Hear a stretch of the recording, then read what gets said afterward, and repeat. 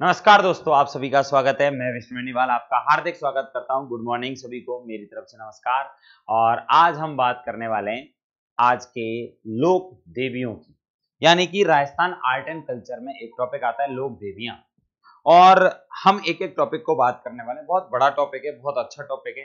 राजस्थान में कई सारी लोक देवियों के बारे में आपने पढ़ा होगा, जैसे कि आपने कैला देवी, जीन माता, हमारी करनी माता, और भी जैसे कि जयपुर में शिला देवी का मंदिर है, जम्बुआय माता का मंदिर है, और भी हमारी शाकंभरी देवी है, शाकंभरी माता है, नारायणी देवी, नारायणी माता है।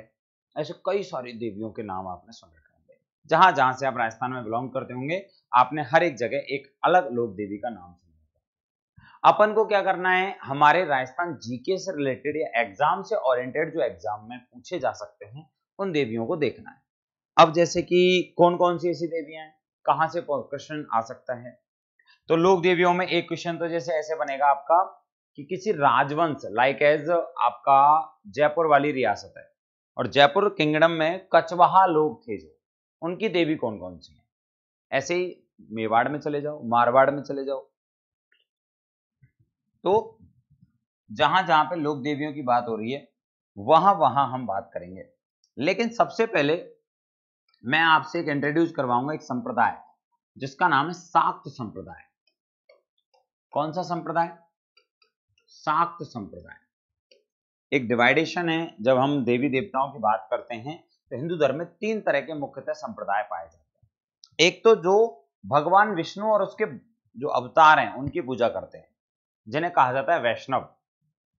भगवान विष्णु, उसके अवतार लाइक एज परशुराम हो गया, आपका राम हो गया, कृष्ण हो गया, इनकी पूजा जो करेगा वो कहलाएगा वैष्णव। एक होता है कि आपका भगवान शिव के जो अनुयायी हैं, उनके जो भक्त हैं, उनको बोलते हैं शैव। लाइक एज आपका पाशुपात हो गया, लकुलिश, जो लकुलिश भी होता है। इसके अलावा तुम्हारा कालमुखा हो गया, वीर शैव हो गया, ऐसे कुछ संप्रदाय चलते हैं। लेकिन एक संप्रदाय है जिसका नाम है शाक्त संप्रदाय। और शाक्त का मतलब है शक्ति की पूजा करने वाले लोग। किसकी पूजा? शक्ति की पूजा करने वाले लोगों को यहां पर शाक्त संप्रदाय में जोड़ा जाता है। अब बात ये बनती है कि भाई शाक्त संप्रदाय जो है आपका, वो कैसे सही किया जाए। तो शाक्त संप्रदाय की स्थिति को देखो, समझना इस चीज को। सबसे इंपॉर्टेंट चीज, शाक्त संप्रदाय शक्ति की पूजा। शक्ति कौन है? भगवान शिव की पत्नी, हालांकि दूसरी शादी पार्वती से हुई थी, पहली पत्नी जिनका नाम है शक्ति, और सती कहते थे उनको। उसी सती की मृत्यु के बाद में पार्वती दूसरे रूप जन्म में आती है और पत्नी बनती है। आप सभी को पता होगा, ब्रह्मा का एक पुत्र है जिसका नाम है प्रजापति या प्रजापति। प्रजापति नाम का एक बंदा है और इस प्रजापति की बेटी का नाम है सती। आप सभी ने खूब कहानियां सुनी होंगी कि सती और भगवान शिव में प्रेम हो जाता है। सती अत्यधिक प्रेम करती थी शिव से और अपने पिता की मर्जी के खिलाफ शादी कर लेती है, और सती का विवाह किससे हो जाता है? भगवान शिव से हो जाता है। दोनों का विवाह हुआ तो शिव में और इस प्रजापति में अनबन रहती थी ज्यादातर। अब ऐसी सिचुएशन, ये बहुत बड़ा भक्त था भगवान विष्णु का, शिव में, और जब इसमें अनबन रहती थी तो एक बार क्या है, प्रजापति ने शिव को नीचा दिखाने के लिए एक बहुत बड़ा यज्ञ आयोजित किया अपनी राजधानी में, अपनी जगह पर। और इस राजधानी में सबको बुलाया, किसको न्योता नहीं भेजा? शिव और सती को न्योता नहीं भेजा। सती को बड़ा अजीब लगा कि यार पिता ने प्रोग्राम किया घर पे तो अपन को बुलाया ही नहीं। तो सती ने कहा अपन तो फिर भी जाएंगे, पिता का ही तो घर है, क्या दिक्कत है जाने में। शिव ने मना किया लेकिन सती नहीं मानी यहां पर, और नहीं मानी उसके बावजूद भी यह प्रजापति के घर चली जाती है। जब ये घर गई तो सती के साथ अच्छा व्यवहार नहीं हुआ। लाइक एज घर वालों ने सही से बात नहीं की, होता ना सीधे मुंह किसी ने बात नहीं की। सती को वो व्यवहार, वो बिहेव अच्छा नहीं लगा। सती कहती है यार ऐसा भी क्या हो गया, लड़ाई हो गई, चलो ठीक है, अब मैं आई हूं, सॉरी बोल रही हूं, चलो एक बार बात तो कर लो, तुम्हारे घर पे आए हम। इस बात के लिए प्रजापति ने कुछ सुना दिया, बहुत बुरा लगा। तो सती ने कहा कि ठीक है, मुझे मेरे पिता के द्वारा जो भी चीजें दी गई हैं उसका आज मैं त्याग करती हूं। आज के बाद मेरे पास मेरे पिता की कोई भी चीज नहीं रहेगी। तो किसी ने, एक संत ने या किसी साधु ने बोल दिया, बोले बेटी ऐसा है, बहुत लंबी लंबी फेंकने की जरूरत नहीं है, ये जो तुम्हारी बॉडी है ये जो तुम्हारी देह है ये भी तुम्हारे माता पिता ने दी है। ज्यादा ही शौक है तो इसको भी त्याग दो। सती को गुस्सा आया, सती ने क्या, उस यज्ञ में कूद गई। जो यज्ञ चल रहा था उसी यज्ञ में जाकर लीन हो जाती है। कौन? सती। अब सती की जब डेथ हुई तो इस बात की जानकारी किसको मिली? शिव को।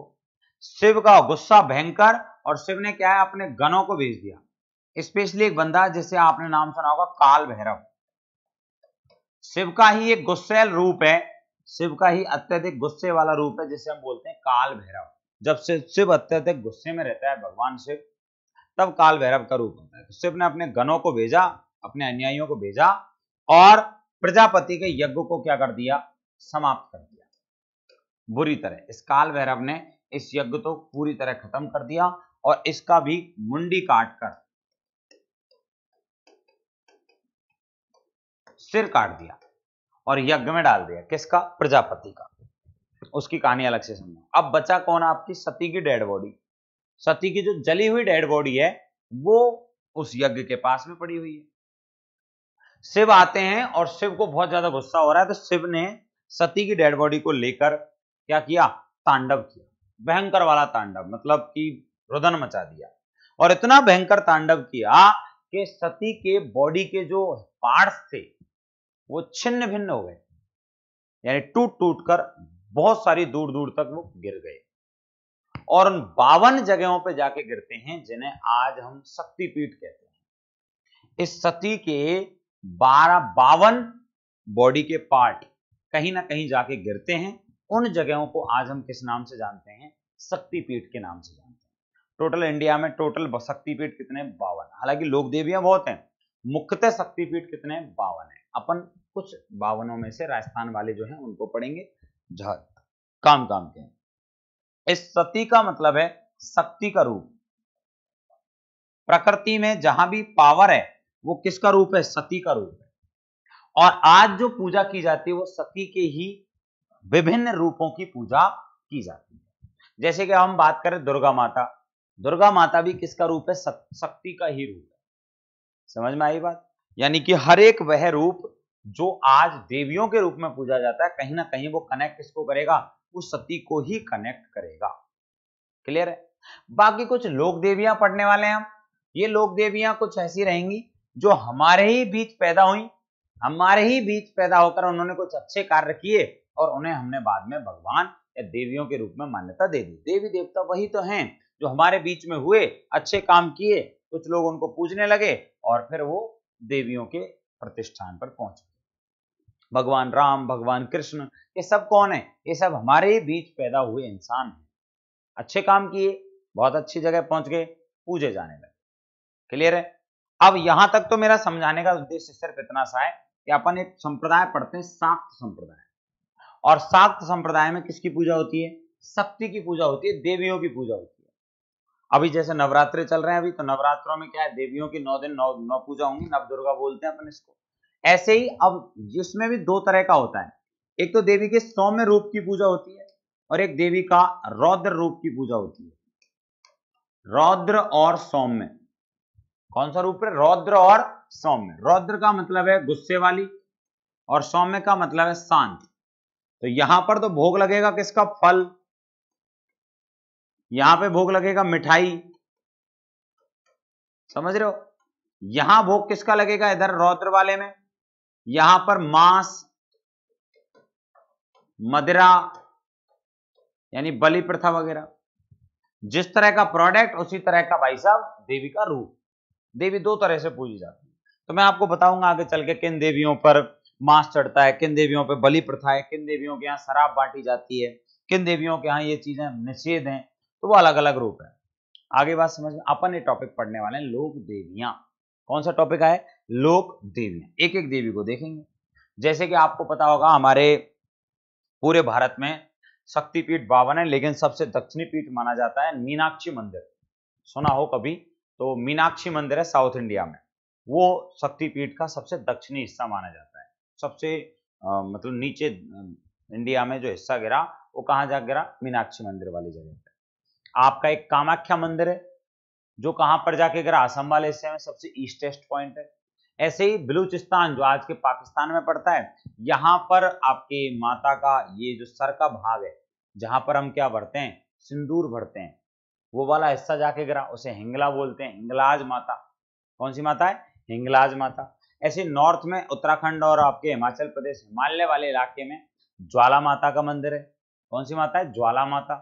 तो ऐसे 4 प्रमुख पीठ हैं जो नॉर्थ, ईस्ट, साउथ और वेस्ट 4 इलाकों में वो अलग है।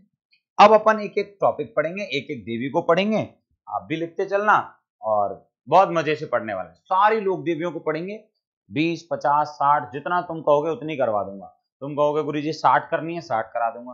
तुम कहोगे 20 तो 20, और तुम कहोगे नहीं 100 करनी है तो 100 हो जाएंगी।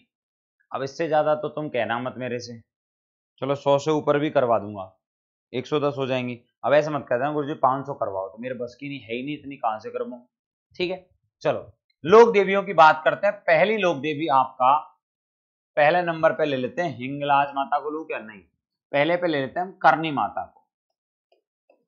कौन सी माता है, करनी माता। पहली बात तो जय करनी आपने कई जगह सुना होगा।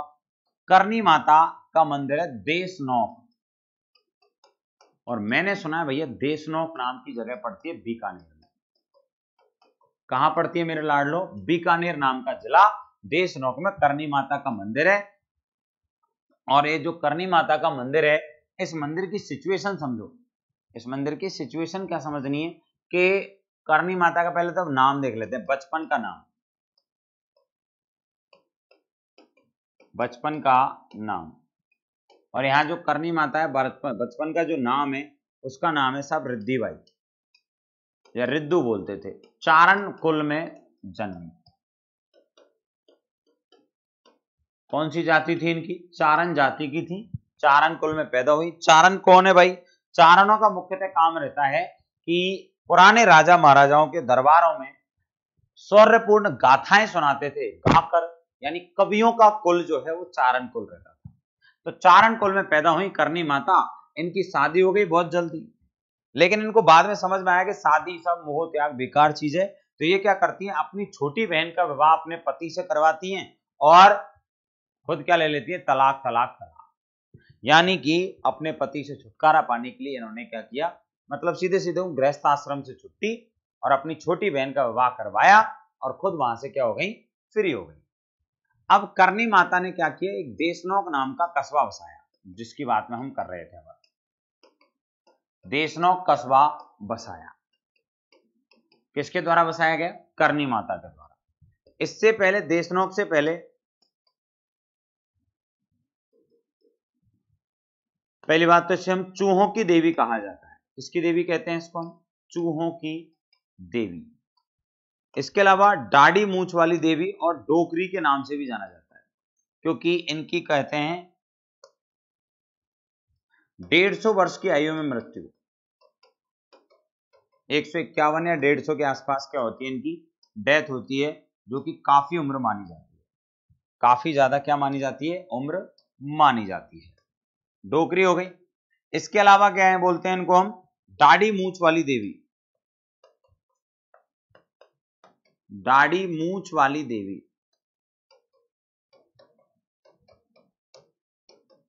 दाढ़ी मूछ वाली देवी, बिकॉज हमारे यहाँ क्या होता है, आपने देखा होगा बहुत ज्यादा कोई इंसान बुजुर्ग हो जाता है महिलाओं में, तो उसके एक उम्र के बाद में खुद के दाढ़ी और मूछ वाली स्थिति दिखने लग जाती है। तो इसके 150 वर्ष की आयु थी, तो दाढ़ी मूछ नॉर्मली दिखती थी, इतनी नहीं लेकिन कम दिखती थी। ठीक है, तो इन्हें दाढ़ी मूछ वाली देवी भी कहा जाता है ना। और क्या बोलते हैं भाई साहब इनको, दुर्ग वाली देवी, या मैं कहूं तो इनके मंदिर या इनका मंदिर दुर्गनुमा आकृति में है।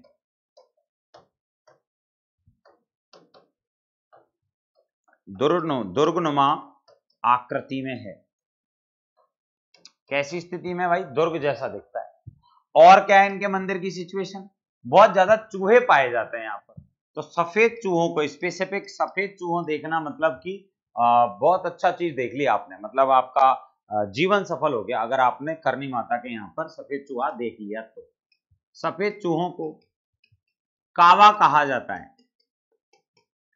क्या कहा जाता है, काबा कहा जाता है? काबा इस्लाम धर्म का एक पवित्र स्थान है जहां पर पैगंबर मोहम्मद हजरत साहब के बारे में यादें जुड़ी हैं, जो मक्का में स्थित है। तो काबा कहा जाता है किसको? चूहों को। और चारण जाति के कुल देवी, चारण जाति की कुल देवी है कौन? अपनी करनी माता, क्योंकि चारण जाति में हुई थी। प्लस क्या है? चारण जाति के लोग, चारण जाति के लोग चूहों को अपना पूर्वज मानते हैं, चूहों को पूर्वजों का रूप मानते हैं, ऐसे पूर्वजों का रूप मानते हैं। मतलब जैसे होता है ना, हम कहते हैं कि मरने के बाद में स्टार बन जाता है इंसान, वो स्टार अपना, वो अपना दादी, वो अपना परदादा, वो अपनी दादी, ऐसे होता है ना। ऐसे ही जब चारण जाति के लोग विदेशनोक में जाते हैं तो देखा होगा तुमने, जिसको कुआ चूहा निकल गया, ओले देख तेरा दादा जो मरा था ना, वो वही है। अरे नॉर्मली अपने पूर्वज जो मर गए हैं उनको हम कहते हैं कि भाई उनका अच्छा काम किया होगा तो उनका जन्म करनी माता के मंदिर में चूहों के रूप में हो जाएगा। सिंपल सी धारणा है, मान्यता है। एग्जैक्टली ऐसा नहीं है कि आप पहुंच जाओ डीएनए चेक करने, बोले चेक करा पुराना वाला डीएनए और ये वाला डीएनए सही है क्या। मैं चूहे तो मानेंगे पूर्वज, नहीं तो नहीं मानेंगे, ऐसा कुछ नहीं है। और फिर वो चूहा भी तुम्हें फिंगरप्रिंट दे रहा है, बोले देख तेरा दादा ही हूँ, फिंगरप्रिंट चेक कर ले, ले चेक करवाया हमने, ऐसा कुछ नहीं है। तो ये सिर्फ सिचुएशन मानी जाती है। करनी माता के बारे में और क्या है? करनी माता का प्रतीक चिन्ह क्या माना जाता है? प्रतीक चिन्ह, करनी माता का प्रतीक चिन्ह साहब उनका सफेद चील। करनी माता का प्रतीक चिन्ह क्या है? सफेद चील। अब देखो इसके बाद की स्थितियों को अगर देखा जाए तो कैसे कैसे क्या क्या किया जाएगा। करनी माता ने अपने जीवन में कई सारे शुभ कार्य किए, कई सारे लोगों का अच्छा भला किया। एक स्थान है निहेड़ी, करनी माता संबंधित एक निहेड़ी। इस स्थान पर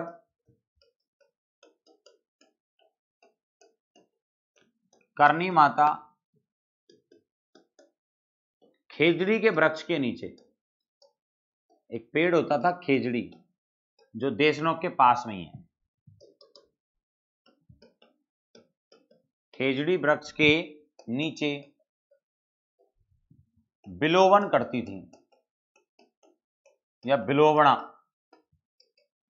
करती थी। बिलोवना क्या होता है? दूध को, सॉरी दही से घी निकालने की जो विधि होती है वो बिलोवना होता है। आपने देखा होगा पुराने जमाने, आजकल तो मशीनें चल गई, पुराने जमाने में क्या होता था, एक सामने बहुत बड़ा खंबा टाइप में होता था और उसके आगे ऐसे दो रस्सियों से उनको क्या है, बिलोटाओं से खींचते थे और फिर बिलोवना होता था। ऐसे ऐसे होता है सिस्टम। आजकल अपन वो दही बनाते हैं ना घर में, बिलोवना वाला सीन। तो एक स्थान पूछ लिया जाता है निहेड़ी क्या है। इसके अलावा एक प्रश्न और बनता है कि करनी माता ने एक दुर्ग है जिसका नाम है मेहरानगढ़, जो जोधपुर का किला है। मेहरानगढ़ दुर्ग की नींव करनी माता ने रखी। काफी ज्यादा पवित्र महिला मानते थे, काफी ज्यादा पूजनीय थी। तो वहां का जो राजा था मेहरानगढ़ का, इस वन को बनवाने वाला, ये मंदिर के दुर्ग किसने बनवाया था? राव जोधा ने, राव जोधा ने। और जोधा का उम्र, इनकी तो एग्जैक्टली आप उम्र लगा ही नहीं सकते अनुमान, क्योंकि एग्जैक्टली डेट से डेट नहीं बता पाऊंगा। जोधा का शासनकाल है 1438 से लेकर 1489 एडी।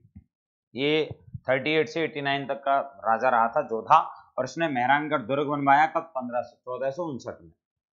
करनी माता ने उसकी नींव रखी। इसके अलावा एक प्रश्न और आता है कि इस करनी जोधा का एक बेटा था जिसका नाम था बीका। क्या नाम था? राव बीका। अब राव बीका को पता था कि जोधपुर में मेरा नंबर आएगा नहीं, बिकॉज 5वें नंबर का था ये बेटा। तो इसने क्या, एक नए प्रदेश को जीता और वहां पर बीकानेर रियासत की स्थापना की। यानी मैं कहूं तो जांगल प्रदेश को जीतकर, बीकानेर का पुराना नाम है जांगल, जांगल प्रदेश को जीतकर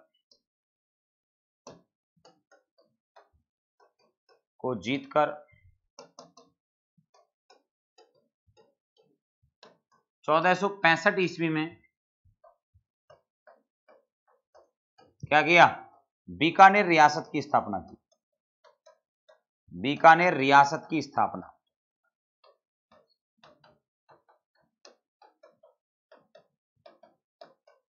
क्या कर दी? बीकानेर रियासत की स्थापना कर दी। आशीर्वाद किसका था भाई साहब? कहते हैं कि ऊपर से आशीर्वाद यानी कि किसने दिया था? करनी माता ने, ऐसा मान्यता है।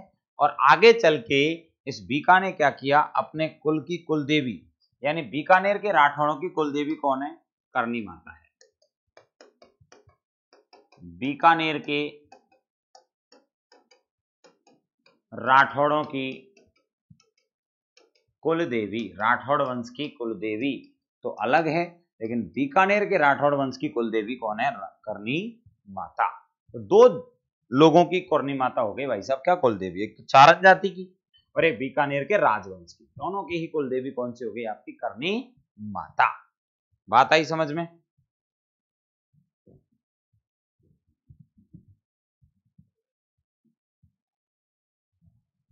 चलो ले लो भाई सिस्टम। अगले प्रश्न पर देखते हैं। अगला प्रश्न क्या है?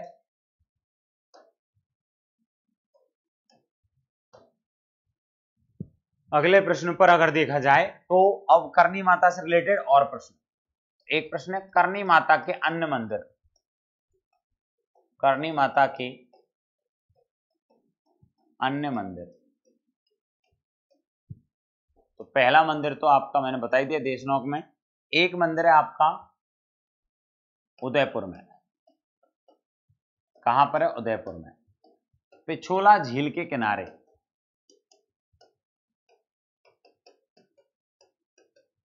के किनारे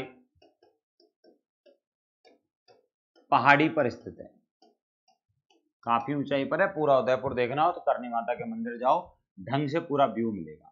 प्लस इसी में क्या है भाई साहब, हमने 2008 में राज्य सरकार ने राजस्थान का दूसरा रोपवे, राजस्थान का दूसरा रोपवे, राजस्थान का दूसरा रोपवे प्रारंभ किया। वो उड़न खटालों वाला सिस्टम। पहला रोपवे कहां है हमारा? राजस्थान का। राजस्थान का पहला रोपवे स्टार्ट हुआ कहां पर? सुंदा माता का पर्वत, सुंदा माता का मंदिर है जालौर में। दूसरा कहां है? उदयपुर के पिछोला झील के किनारे पास वाली पहाड़ी पर। और तीसरा रोपवे वीर हनुमान जी का मंदिर सामोद जयपुर में। सामोद जयपुर में भी तीसरा हमने क्या बनवा दिया है? यहां पर रोपवे बनवा दिया है। आगे बात समझ में? तो ये दूसरा मंदिर हो गया। तीसरे नंबर पर अगर इनका मंदिर पूछे करनी माता का, तो एक है भाई साहब बालादुर्ग में करनी माता का मंदिर है। करनी माता का मंदिर वालादुर्ग, जो कहां है? अलवर में है। तो करनी माता के मुख्यतः कितने मंदिर माने जाते हैं अगर आपसे पूछा जाए तो आपको 3 मंदिर बताने। करनी माता के टोटल कितने मंदिर बताने? 3 मंदिर बताने, और तीनों मंदिर मैंने आपको यहां पर दे दिए हैं। आगे बात समझ में? कोई दिक्कत तो नहीं किसी को? जल्दी जल्दी जल्दी जल्दी स्क्रीनशॉट लेना हो तो देख लें एक बार फटाफट से। Okay sir, okay okay.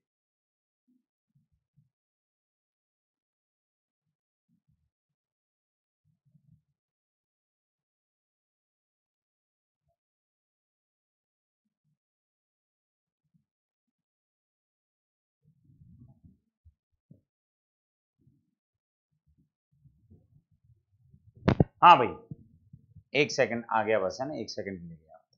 ये हो गए आपके करनी माता के प्रमुख मंदिर। 3 मंदिर है राजस्थान में। पहला मंदिर तो देशनोक वाला हो गया, और दूसरा मंदिर मैंने आपको बता ही दिया है कौन सा वाला है, और तीसरा मंदिर जो है आपको मैंने कौन सा बताया है? तीसरा मंदिर तो मैंने आपको भी बताया ही है, बालादुर्ग वाला। अब हम इसके बाद की सिचुएशन देखते हैं। इसके बाद की अगर स्थिति देखा जाए तो कुछ और भी प्रश्न बनते हैं। जैसे करनी माता को एक माता है आवड़ माता। कौन सी माता है? आवड़ माता। चारणों के अनुसार के अनुसार आवड़ माता के 84 अवतार हुए हैं। 84 अवतार हुए हैं। और जब 84 अवतार हैं तो उनमें से ही किसको, करनी माता को इन्हीं का अवतार माना जाता है। इन्हीं का अवतार माना जाता है। माना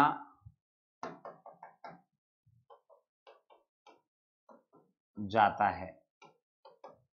करनी माता को इन्हीं का क्या मानते हैं हम, अवतार मानते हैं। इसके बाद में एक प्रश्न और आता है, करनी माता को मठ वाली देवी बोलते हैं। मठ वाली देवी, मठ या मठ वाली देवी भी कहा जाता है। कौन सी हो गई, करनी माता।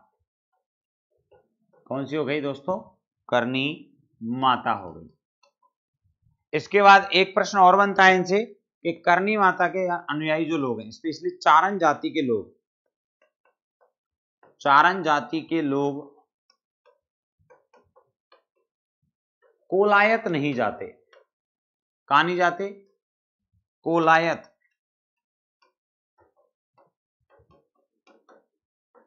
नहीं जाते हैं। कोलायत नाम की एक झील है, बहुत प्रसिद्ध, और ये कौन से जिले में, बीकानेर में।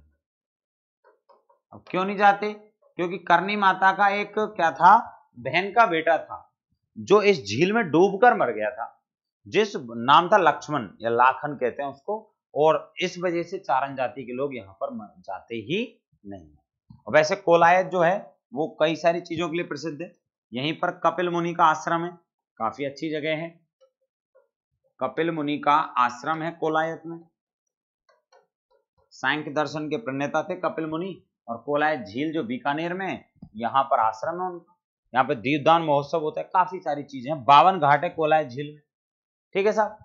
अब एक प्रश्न आता है कि करनी माता की इष्ट देवी कौन सी है। करनी माता की इष्ट माता कौन सी है, इष्ट देवी।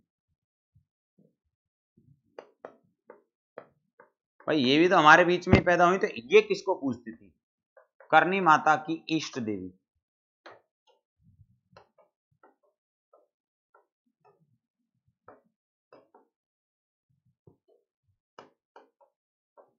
करनी माता की इष्ट देवी, और वो है भाई साहब कौन, तेमड राय माता।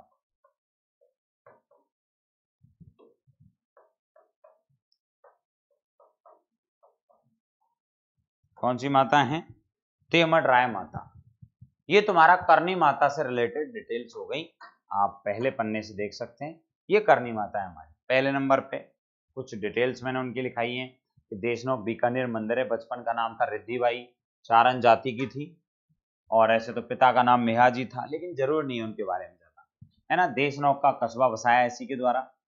चूहों की देवी कहलाती है, डोकरी के नाम से भी कहलाती है। क्यों, क्योंकि 150 वर्ष की अवस्था में मृत्यु हुई थी, तो डोकरी नाम कह देते हैं हमारे यहाँ एजेड महिला को ऐसे। और डाढ़ी मूछ वाली देवी कहते हैं। इनके मंदिर का दुर्गुणमा आकृति देखने को मिलती है।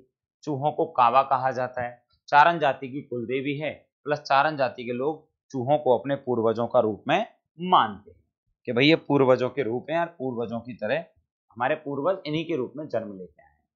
प्लस क्या, सफेद चील, नेहड़ी, भाई प्रतीक चिन्ह क्या हो गया, सफेद चील। नेहड़ी की बात करें, इस स्थान पर करनी माता खिजड़ी के वृक्ष के पास में क्या करती थी, बिलोवण करती थी, और वो आज भी पवित्र स्थल मानते हैं यहाँ के लोग। मेहरानगढ़ तो की नींव रखी इन्होंने करनी माता ने, जो आज जोधपुर में है।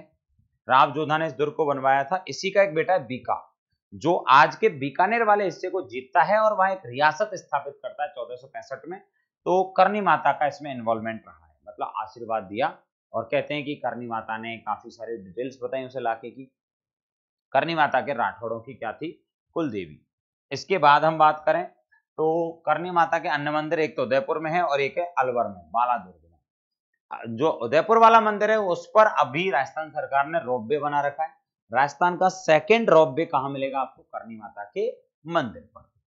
इसके बाद हम चलें आगे तो आवड़ माता का क्या है, चारणों के अनुसार आवड़ माता के 84 अवतार हुए। करनी माता को इन्हीं अवतार या इन्हीं का अवतार मानते हैं। मठ या मड वाली देवी करनी माता हो गई। चारण जाति के लोग कोलायत नहीं जाते हैं, बिकॉज यहाँ पर करनी माता के बहन के बेटे की डेथ हो गई थी, इस वजह से यहाँ के लोग नहीं जाते। वैसे यहाँ कपिल मुनि का आश्रम है। और करनी माता की इष्ट देवी कौन सी? तेमटराय माता। इसके बाद की स्थिति और कुछ बची है क्या? मेरे ख्याल में तो नहीं। तो पूरी की पूरी करनी माता मैंने आपको यहाँ पर बता दी है। कोई डाउट किसी को? करनी माता से रिलेटेड अगर कोई प्रश्न हो तो मेरे से जरूर पूछो। दूसरी देवी नेक्स्ट वाले क्लास में, बस छोटी छोटी अपन टॉपिक बना रहे हैं। करनी माता पूरा हो गया। आप सभी के लिए नमस्कार, जय हिंद, जय भारत। और नेक्स्ट वीडियो अभी आ जाएगा आपका, कौन सा वाला? करनी माता के बाद में दूसरा कोई भी देवी देख लेंगे उसके बारे में। जय हिंद, जय भारत, राधे राधे।